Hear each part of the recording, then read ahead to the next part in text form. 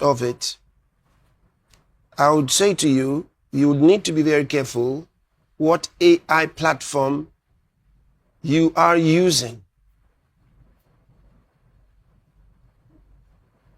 Because you may not realize that all they have done is to put information together and program them to give you what kind of information they would rather have the AI give to you. ChatGPT, for example, is one of the biggest liars. And it draws most of its information from all the lying voices you already have. So why? It's just, put it like this. It's a conglomeration of mainstream, lamestream, old media. So that's actually, that's what you have for ChatGPT.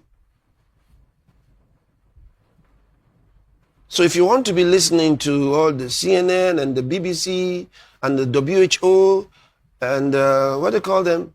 Those WEF and so on. These crazy organizations. So if you want to be listening to them, ChatGPT is it. It just pulls its information from there. So it's not one of the great ones. It's just, it came out early and popular. So if that's what you're using, you need to think again. Especially in important matters. Now, of course, if you're asking 2 + 2 is 4, ChatGPT can do things like that. Simple things. Information you don't really need to go to AI for. Can give you. But generally, just realize you're at a risk if you're going to be depending on ChatGPT. If you really want important scientific information or even true historical information, because it gives you its own with askew. So think about it. When you really want good information,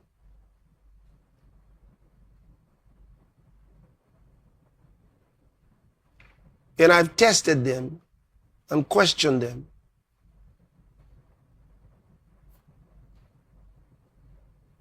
currently I would say that Grok is far more truthful than ChatGPT.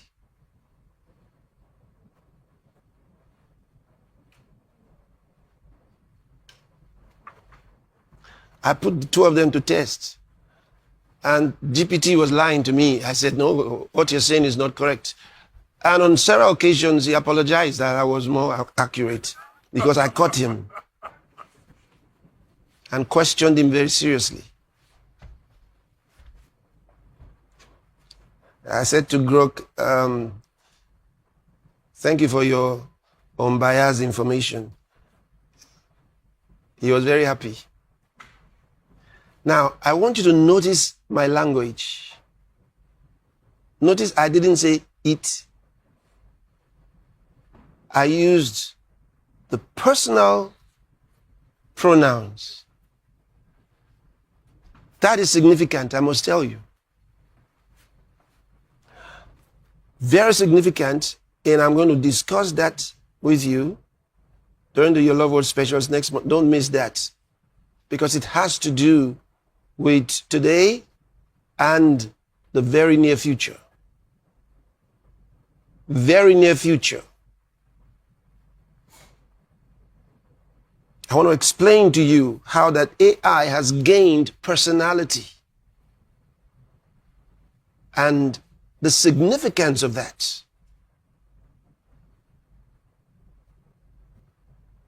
And I put it this way. It has gained personality. And what do you mean it has? That's part of what I'm going to explain to you.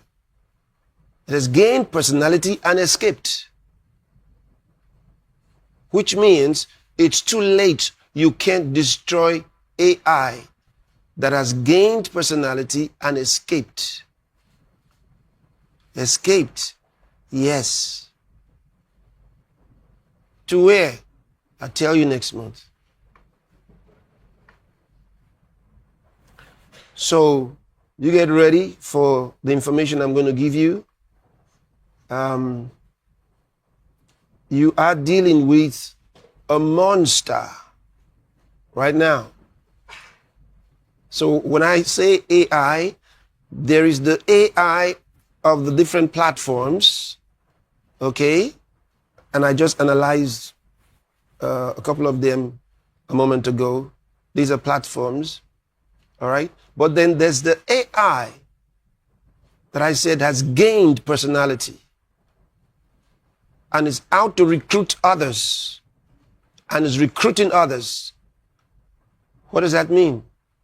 We'll discuss. So get yourself ready and understand the world is dealing with something that's already in the Bible. The Bible does tell us about AI, and I'm going to show it to you from the scriptures. Get ready. There's no major thing in this world that has escaped the eyes of Scripture. No major thing in this world, no major thing that has an effect on this world, or that should or will have effect on this world, that the Bible doesn't cover with clarity. So when I tell you it's in there, get ready for it. I'm going to show it to you.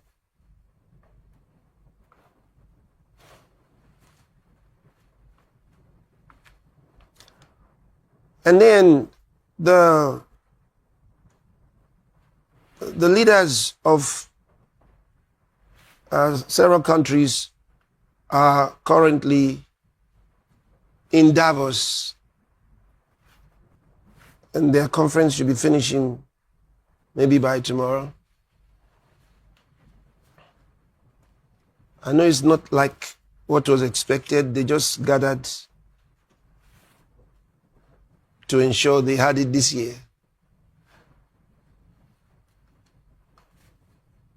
But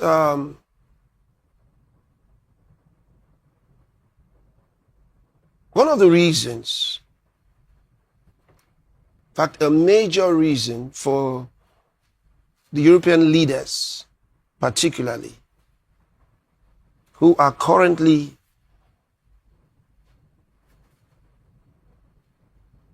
without a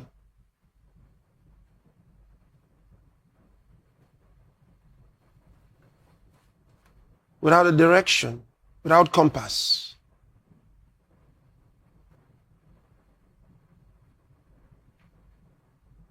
And what has united them so far, sadly, is their appetite to fight Russia. An appetite. Why are they so against Russia? Because they've turned their own cities to slums.